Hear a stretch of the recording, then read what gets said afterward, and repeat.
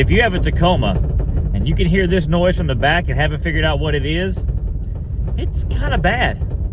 It's like needs to be fixed, and I'm gonna show you how to do it today.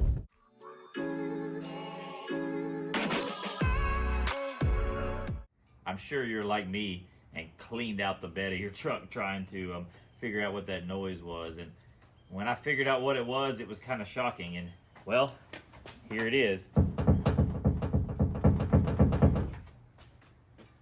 So of course, I decided to get up underneath there, tighten down the bolts, and they were tight.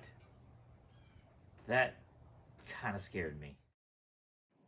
I have the camera sitting in the bed of the truck and moving the bed up and down, and you can see just how much movement is there. This bolt is tight to the frame, so let's see what we can do about fixing this. The tools you're going to need for this is a T55 Torx and a ratchet.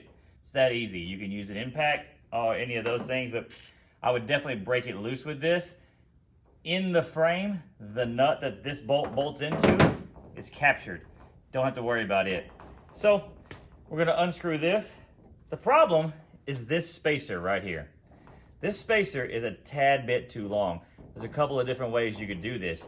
You could grind it off what's needed, re-bolt it down. I think in the future that could add to the problem again. So I figured out with some stacked spacers how much gap is in there. So we want to take up at least that much gap.